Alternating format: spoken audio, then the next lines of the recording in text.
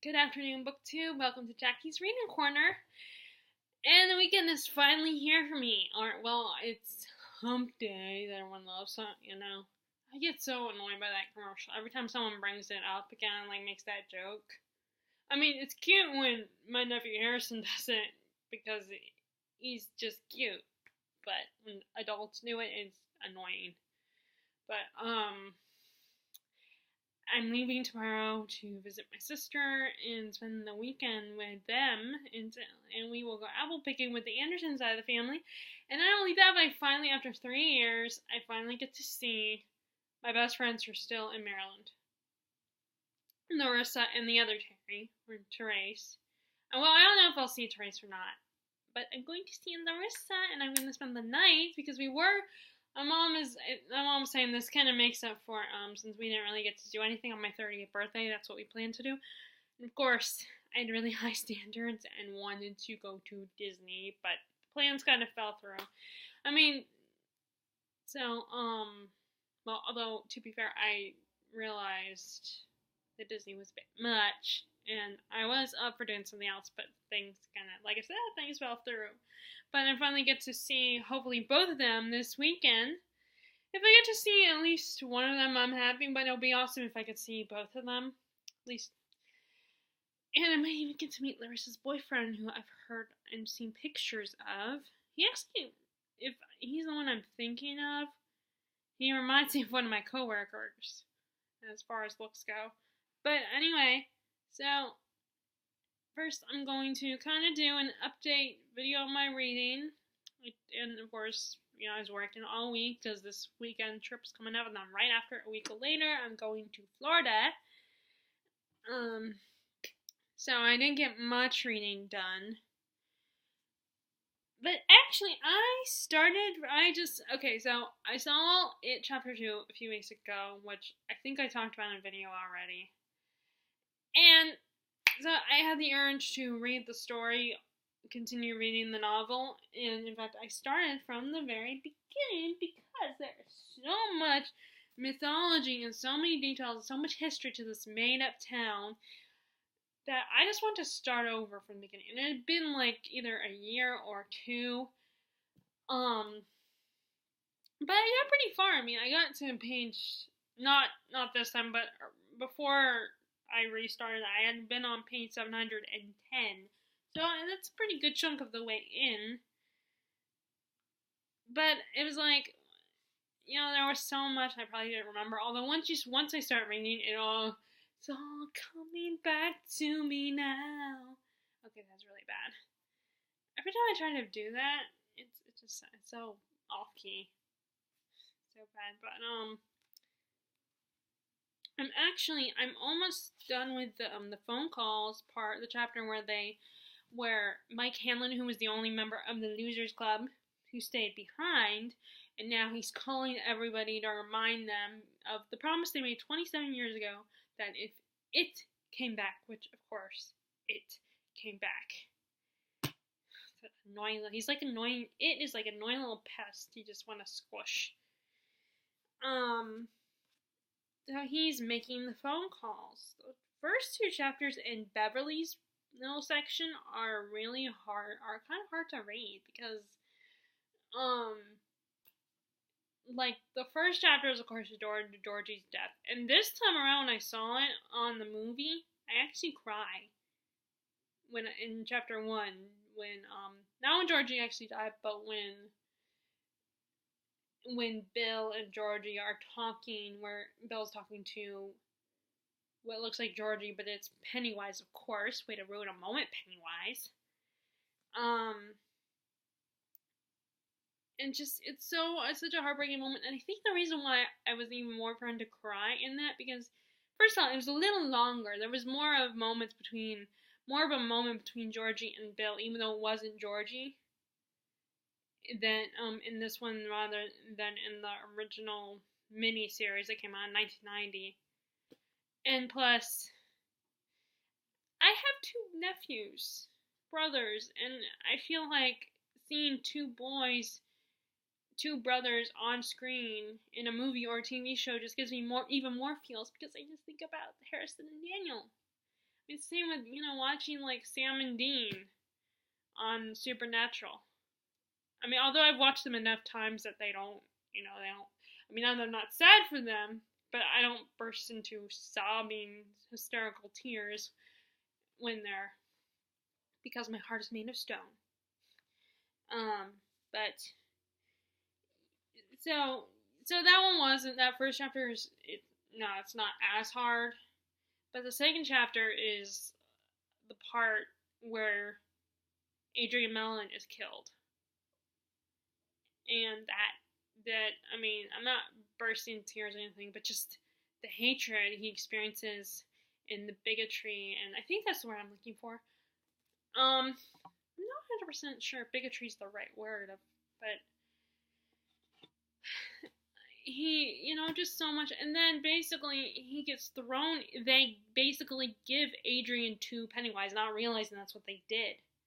Which brings me to, I feel like what people were getting at when I was watching all these videos on, like, facts you don't know about Pennywise and Pennywise's origin story and how we understand it now, and sorry, the light is glaring on the screen.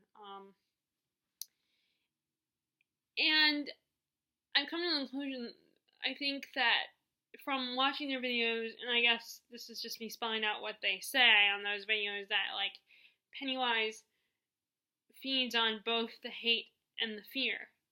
Because the hate stems from, fear. Fearing what you don't understand. Fearing something that's different. Even if it's a perfectly harmless human being that just has the different skin color than you. Or has a different sexual orientation. A lot of people feared what they didn't understand. And so it's like a way for him to feed on adults. Is through the hate. Because kids have basic fears. Fear of what's under the bed, fear of what's in the closet, fear of spiders, or like, or something, or some kind of, or fear of germs, or fear of, the wolf man and something. Like, kids' fears are simple. As we get older, our fears get more complex. So I think that's why Pennywise feeds and fuels the hate, because hate stems from fear. And then it also causes fear, because if you hate someone, you're going to want to scare them. You're going to want to hurt them and make them terrified. So you punish them, and then that causes them to be afraid if you intimidate them enough.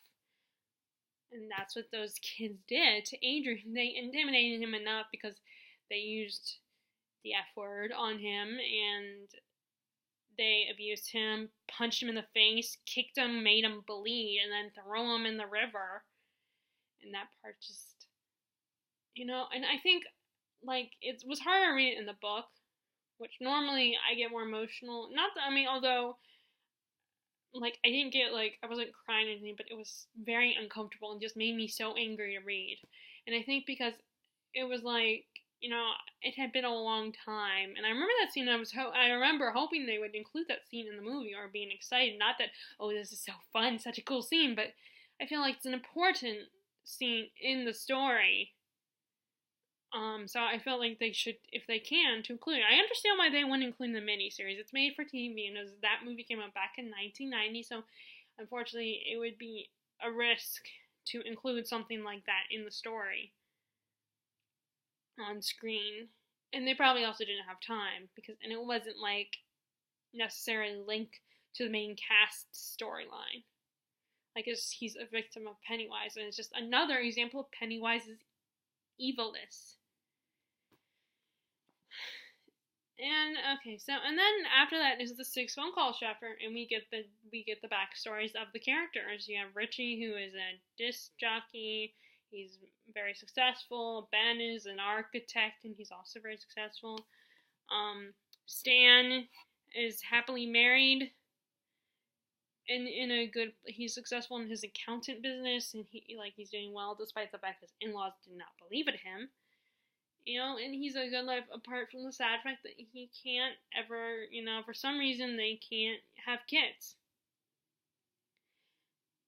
And then we read Eddie's part, and he's married to a woman who reminds him of his mother, and he's still, all taking all these on all these medications and everything. And of course, at this point, we don't know about his childhood that much, except for what he tells it, what we learn in this first section, in this first chapter.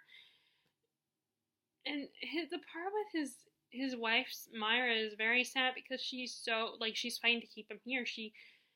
And Eddie comes to the conclusion that she and his mom were more afraid than he is. It's like they need him. They need to keep him and take care of him because they're afraid. It is very disturbing and scary. And it's so easy to let yourself get trapped in that kind of situation because you feel bad for that person. Because they're so pathetic and sad, and, when you don't want to be mean to them. And Eddie's not the type of person who can be mean to someone. He's a sweetie. He's a little sweet little boy at heart. I mean, he's an adult in this chapter, but he can never hurt Myra, his wife. But his mom is scary, I remember. And I almost feel like, what we got in the movie was great. It was great. It was fantastic. But I feel like the miniseries was more accurate, although, except for, the miniseries didn't put much emphasis on the weight thing.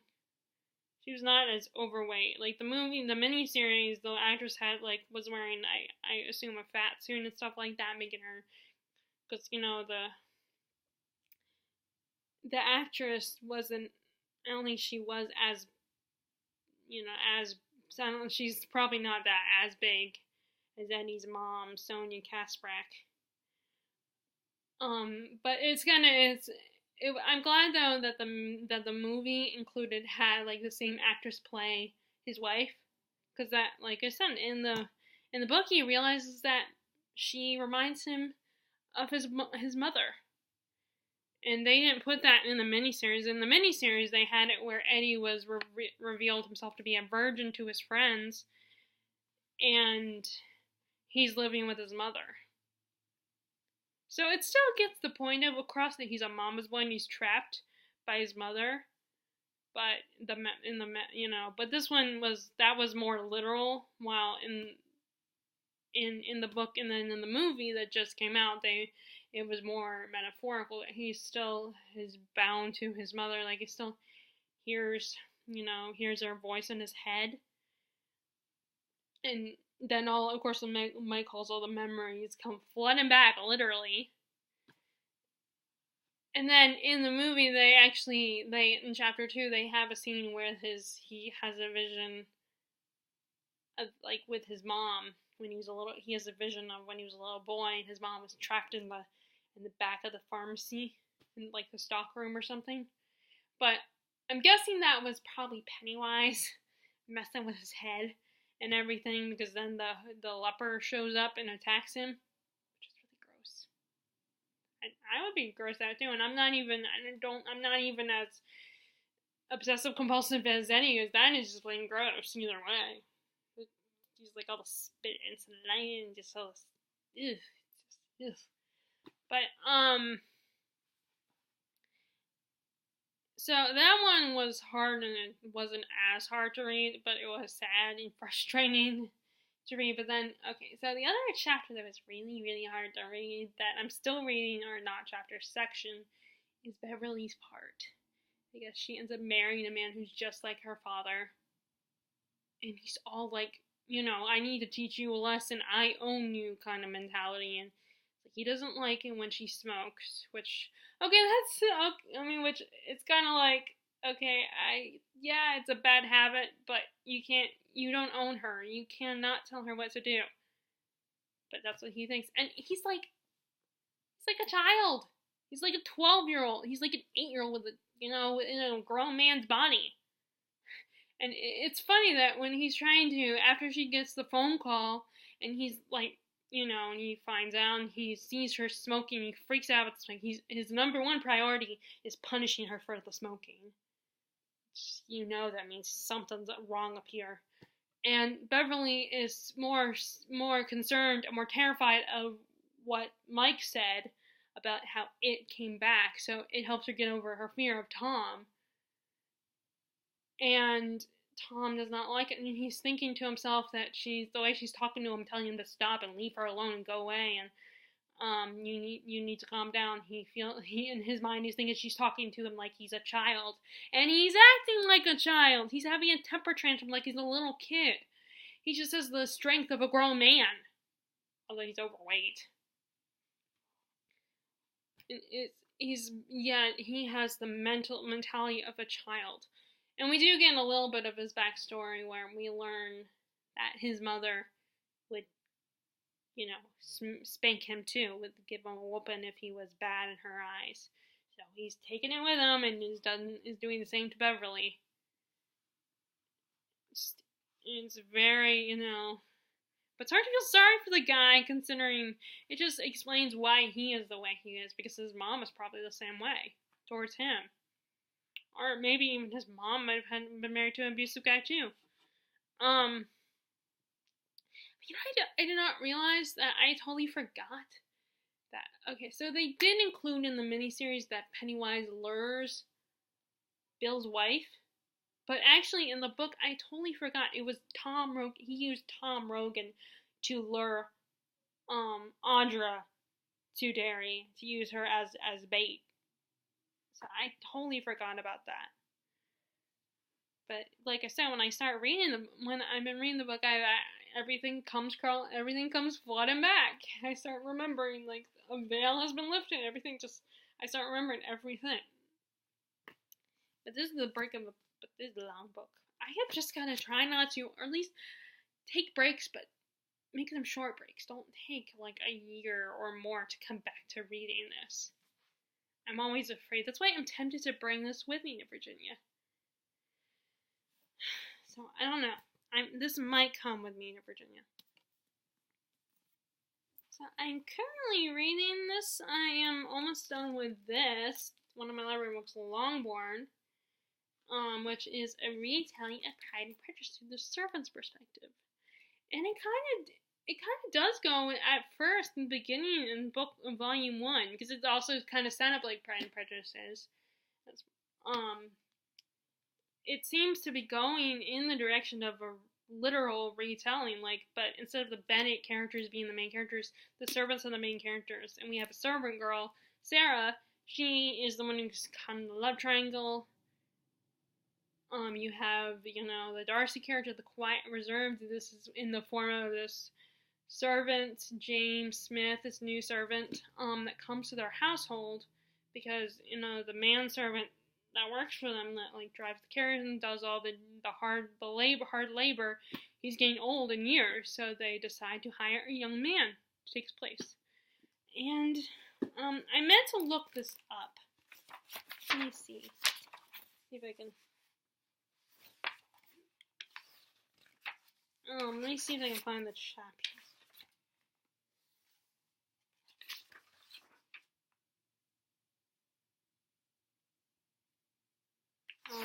Because there was some, I just...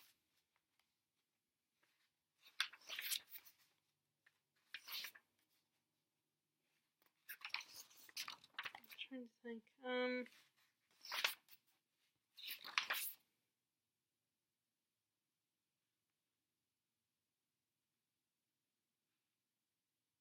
trying to think, I'm trying to think where they describe James's character. Because I want to say, I think he's actually black.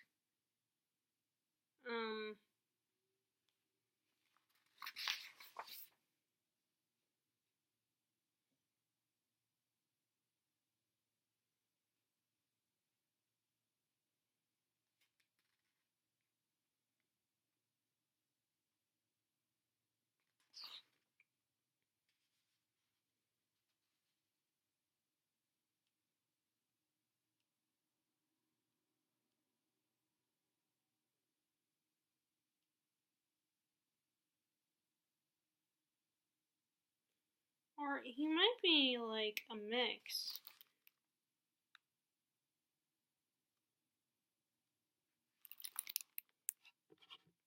I'm trying to start. I meant to look for this before.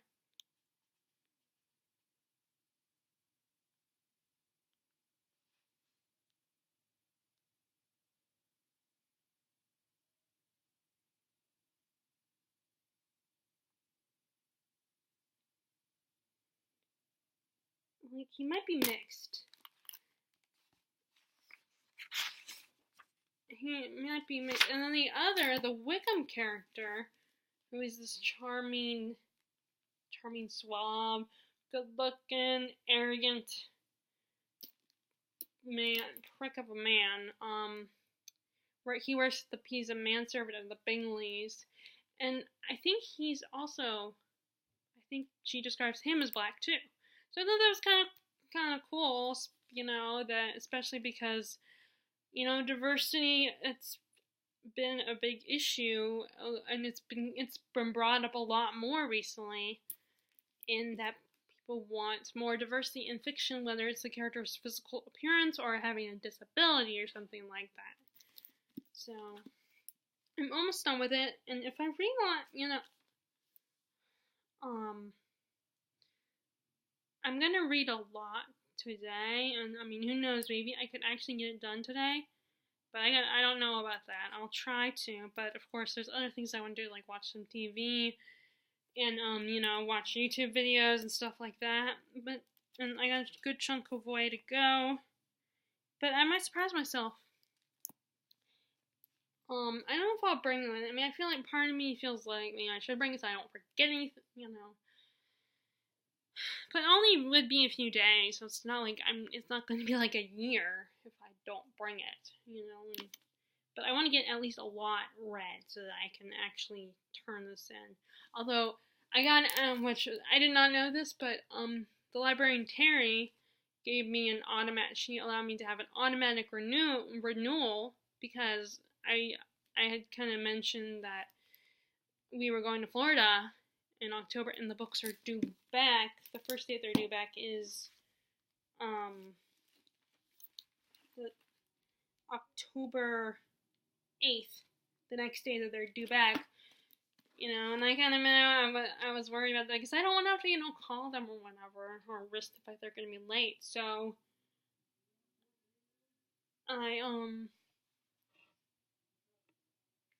my dad's talking to our neighbor. So she actually gave me an automatic renewal, which is on the 22nd, I believe. Which I meant to write that down. I should write that down.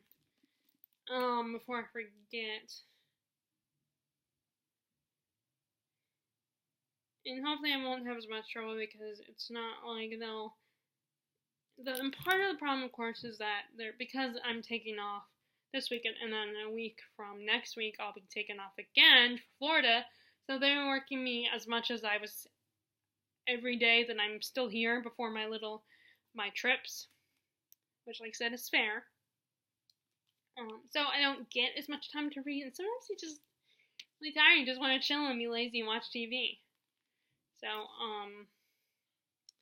but like I said, I'm almost done. I'm on volume 3. I'll be on volume 3.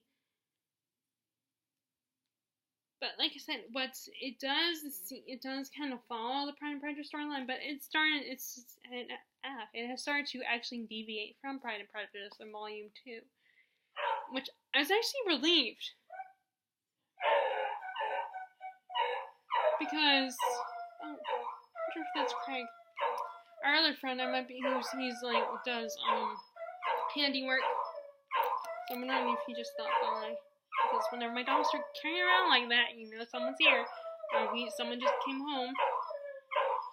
So along with that as well, so I'm going to read that today as much as I can. Now on to the books I'm thinking about bringing.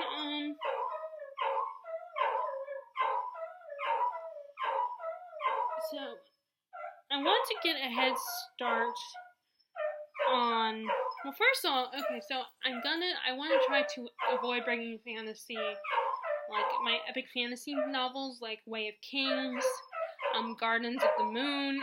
I don't want to bring those, because I want to focus more on my more, like, regular fiction novels, and my more, that might have a little bit of fantasy in them, maybe magical realism, and my Victorian novels, because October is Victober, like I said.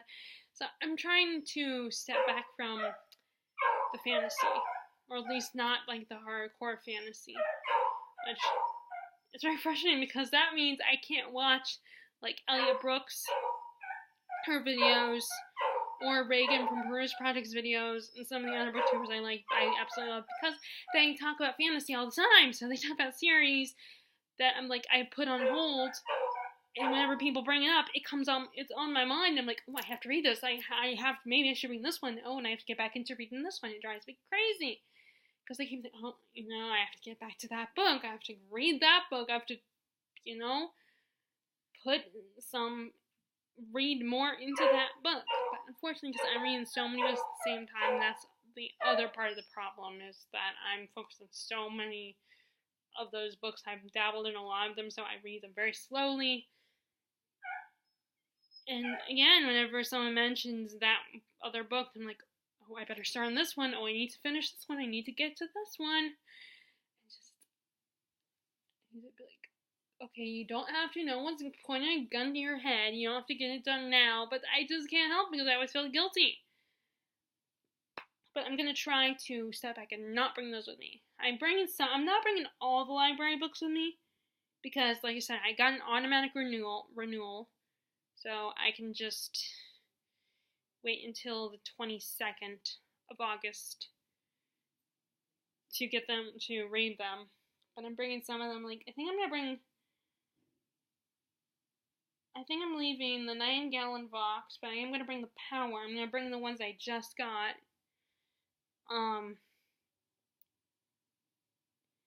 Which are, so let's see. So I think I'm gonna leave the 9.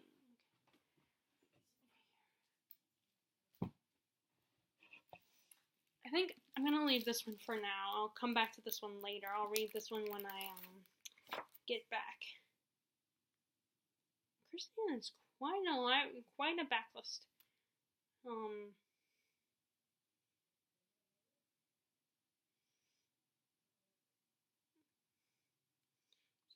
I might check out her books again if I like this one. I don't know, I might bring it.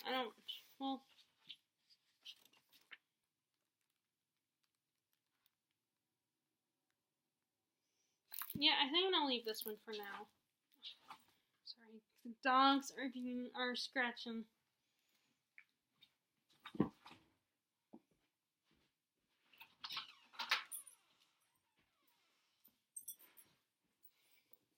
See, because I don't want you here.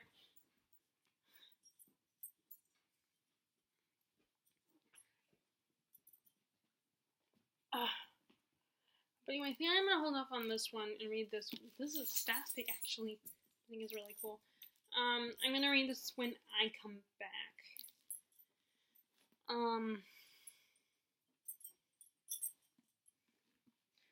This is that World War II novel about the two sisters, and it's about both their lesbians. They go in different directions in their lives during the war, and obviously it takes place in Paris. This is one that, like I said, Haley from Bookland, she talks about this book a lot, how much she loves it. And I think Reagan also just read it, because I think she's kind of trying to expand her she's expanding her horizons and reading more than just fantasy. It's gonna be a sad book. It's gonna be very heartbreaking, because it's like most World War II books are very sad and heartbreaking. They're kind of depressing. But although that is not, in my opinion, a turn-off necessarily, unless I'm just not in the mood for sad books. Which apparently that was a criticism that Longbourn got. Like, I get it, and you're entitled to your opinion, of course, but I don't get that criticism. It's like, it's the life of a servant, you know? I mean, it's not Pride and Prejudice. So I don't think it's going to be necessarily happy all the time throughout the whole book. And it's not, I feel like it's not that bad. I mean, like, as far as grimness, I mean, there's a lot of moments where Sarah's, like, happy, especially in the recent section when she's with,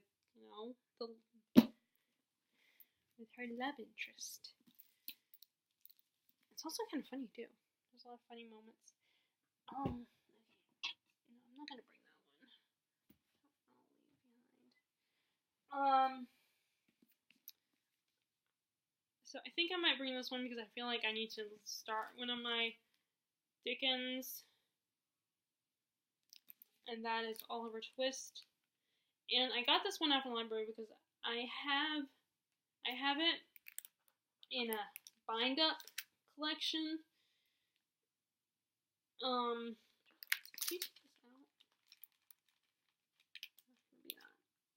Actually in that Barnes & Noble bind up collection, but it's kind of hard to bring that places with you, so I thought I would just go ahead. I saw this one there, so to go ahead and get it, borrow it from the library. So I might bring this one, and then when I'm done with this one, I will read Great Expectations and dabble a little bit in Bleak House. Actually, I think I might bring Bleak House with me. That might be one of the books I might bring with me because I need to dabble in a little bit more. And then I think I will go ahead and bring The Power by Naomi Alderman.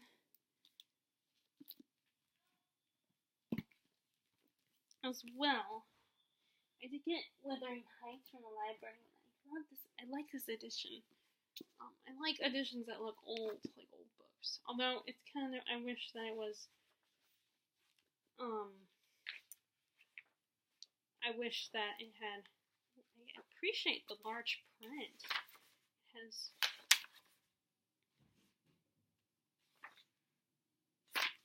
I like that it is large print, which is nice. See, I like it because one of the hard parts about bringing books like this is when the print is teeny tiny, minuscule print, then it's kind of hard to read it. Although, I might bring this one too, I don't know. Okay, and this is a good size print too, which I really like. I like, again, like, I mean, it's still kind of small. It's not as big as the print in Wuthering Heights, but it is decent sized print, so it's a little bit easier to read. Some of the problem with those mass market paperbacks is yes, they're easy to travel with, but their print is tiny, minuscule print, so it's hard.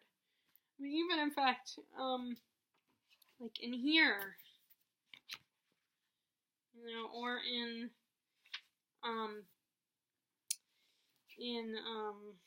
the Count of Monte Cristo, the print is kind of small, and then sometimes there are a couple pages where it's a little smeared, actually. Like, maybe they didn't let the ink fully dry yet. So I might bring this one too. So I might read 3 of my library books, which actually means I should probably leave one of my hardbacks.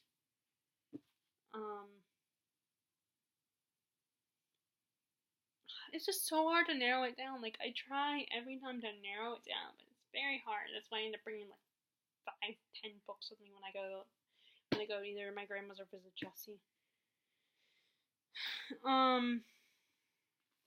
Those are the library books that I'll bring. I think I might go ahead and leave. I was gonna bring Rose Matter with me, but I think I'll just bring it and dabble in that a little bit. It's smaller. And Rose Matter, I keep wanting to call it Rose Red. Rose Matter is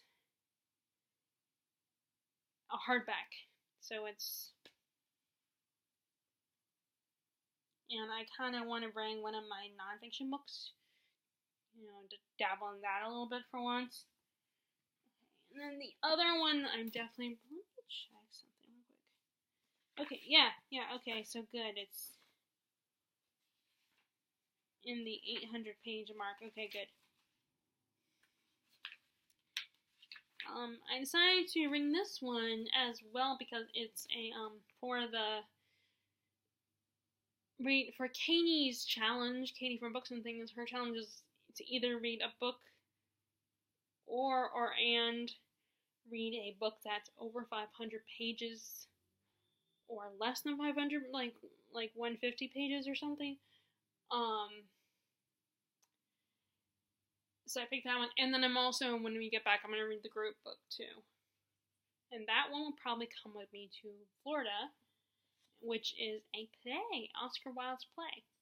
2 of them, actually. The first week in October will be The Importance of Being Earnest, and then the 14th through the 26th or the 23rd or something will be A Woman of No Importance. I can't remember which of them said, but she said something funny about how there's a lot of importance going on because both those titles have the word importance in it. But yeah, I'm gonna bring those. I mean, what I really should do is, like, I mean, the problem is I really just should bring only like a few books because then I can focus on all of them. Like, and I feel like I need to bring Blood of Elves as well as, so this is the one fantasy book that I'm probably gonna bring, one actual fantasy. I mean, I think I am gonna bring it because it's fantasy. It's supernatural. You know, actually, it almost dabbles in sci-fi because Pennywise, aka It, actually, it's revealed that it is an alien from another dimension, so it almost goes into a sci-fi territory, even though it's like a shapeshifter essentially. So I'm gonna bring this with me as well, I think. I don't know, I might leave it. Like I said, I don't want to focus too much on fantasy, so I might leave it and just finish up chapter 2, read chapter 3 tonight, and maybe finish up chapter 2 today, and then start reading chapter 3 tonight in bed or something. Problem is these chapters are so long, they're not short chapters. There aren't as many chapters, but they're long chapters. And that just drives me crazy, because then it feels like it takes forever to read a book like this, even though there's not that many. Let's see, how many chapters are there anyway? That's the gray stuff.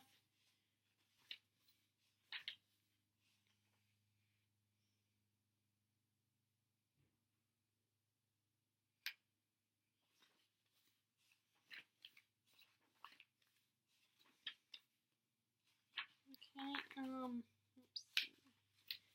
These chapters are so long. Let's see, how many chapters are there?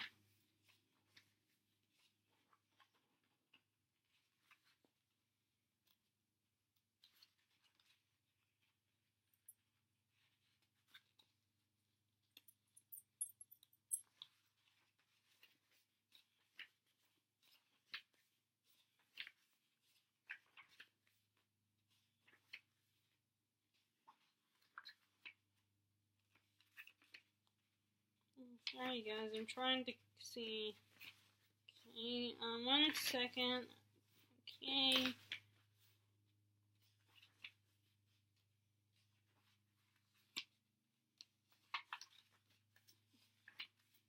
Please have this. Where is it? Okay, where is the last chapter? Oh my, dang it. So many. These chapters are, okay, chapter 7. Okay, so there's only 7 chapters. And I'm almost done with chapter 3. Chapter 2. But again, they're so long. They're such long chapters. I mean, you wouldn't think it would take me that long to read it, but I mean, like, I might have to read it just when I get back. I might have to break my rule and read, deviate a little bit and read this book in October. And just make sure I prioritize Victorian literature. There's like so many books that I want to bring. Maybe I should just leave the nonfiction book here. Basically, I'm deciding this now. I also am thinking about bringing this book that I just got from the bookstore, Washington Black. about a slave and his master, and they go on all these adventures, and they're friends, but like he's still a slave to this guy. He's still a servant.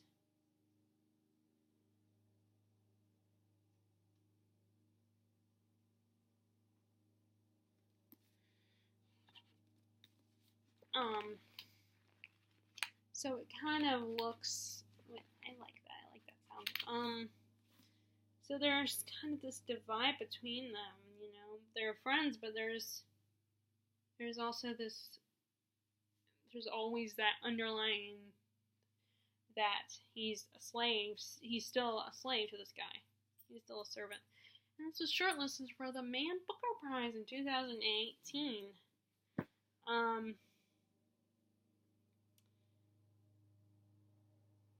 It's just so hard to narrow it down. Those are not coming. And then get on box. I'll come back to those two. Read those when I get back. I think I might leave this one behind. And save that for November. Okay, so and here's another. I think I'm gonna leave this one as well. I was gonna start that one, but I will start that one when I get back.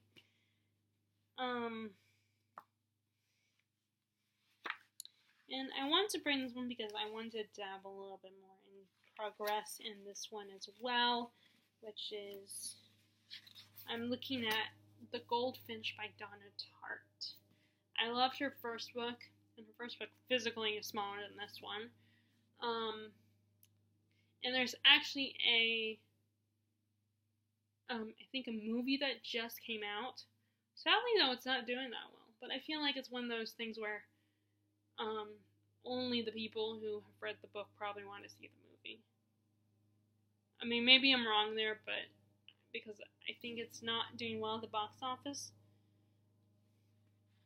So I wanted to bring this one. As you can tell, I bought this at the used bookstore. You can tell by the page. This is a little bent.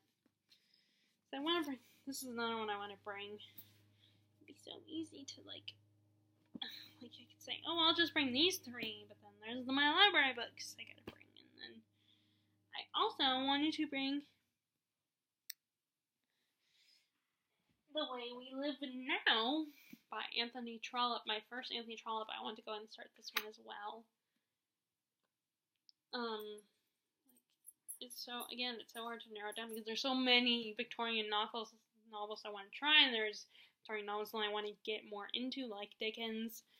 So it's just very hard, and every time you get a new book, it's like, oh, it's so shiny, it's a new pretty book I want to read, like, right this second.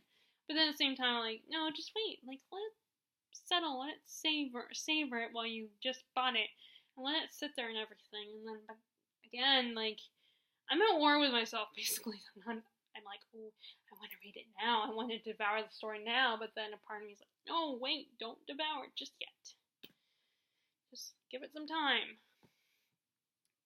So, basically, and I probably do need to, like, settle for more literary, and not literary as in, like, what those book snobs think of literary. I mean, like, the more, not genre fiction kind of stories, more, like, about life, but it's, like, historical, and, that, not just fantasy stories, basically. So I still haven't technically settled on which books I want to read. And here I am also looking at Ken Follett's books. I finally need to start one of his books. I need to start it, like, soon. I should bring Pillars of the Earth, too, because I need to. That's another one I need to read. And it's easier to take that places than Fall of Giants. So I should start that. I was just apprehensive about that one because I was like, what if I find it boring? Because it's all about, like, people, basically, the only thing that people tell you is it's about the building of a cathedral. But a lot of people have said it's so much more than that, which I believe it. I mean, how much story can you come up with that's just about building a cathedral? I mean, there gotta be more to it than that, like like people drama of the people, and I think there's a hint of a romance in there. But maybe I'll bring that one too, with Pillars of the Earth. So, like I said, I'm not gonna bring Blood of Elves or It's. I was going to, but I said, but you know what? I'm not going to. I'll hold off on those. At least with Blood of Elves, I don't have. It's not a library book, so I don't have to return it. And then I'll leave. I mean, it's just the weekend, so I have all of this month, and you know, although I really need, I'll have to narrow it down even more when we go to Florida. Well, although at least this time we're not flying. I thought we were flying, but I totally forgot we're gonna bring the dogs with us. Because, you know, Sophie, last time in July, our older dog Sophie, she kind of did not do well when we were gone in July. We left her at the kennel and she got a little sick. And she's getting old in years, sadly, and so my mom doesn't want to leave them alone with a stranger or send them to the kennel, so they're going to come with us. So we're driving this time. Just 8 hours in the car. But my dad did promise me, because I kind of tried to talk to my mom, and I suggested, oh, well, I have an idea. You get me an audiobook. And of course she got mad at me because she thinks that I'm exaggerating my hatred of Dr. Laura. Can't stand her. And that's, my mom enjoys listening to her because it keeps her awake, fine, but it's not exactly a fair situation because I'm the passenger. It's not my car. I will never get to choose what's on the radio. The only time that I am cool with one of them choosing what's on the radio is if it's like, I don't want that financial guy my mom listens to, and I'm okay with listening to the music that my parents grew up with because it's good. It's still great music. I just don't like Dr. Laura because she's judgmental. She's loud and annoying, and just, I can't stand her. I mean, occasionally I agree with her, and I get what my dad was saying about how she gives good advice, and she's brutal about it. She's mean about it, and very downright rude.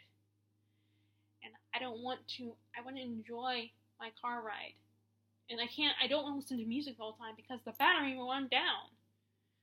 And so my dad offered to get me earplugs so that they can listen to their radio while I don't have to hear it.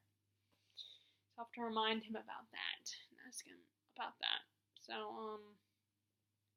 because I do not want to forget, because I don't want to be cranky tomorrow. I mean, I am going to try to make sure I go to bed at a decent hour. I mean, it's not going to be before 11, but I at least want to, relax around 11 and then get in bed. So, anyway, now that's what's going on with me and my reading. So, again, I ask, are you guys participating in Victober? Would love to know. Feel free to share in the comments below. If you like this video, be sure to give them a thumbs up and click subscribe. I hope you are enjoying your reading, and I will talk to you all later.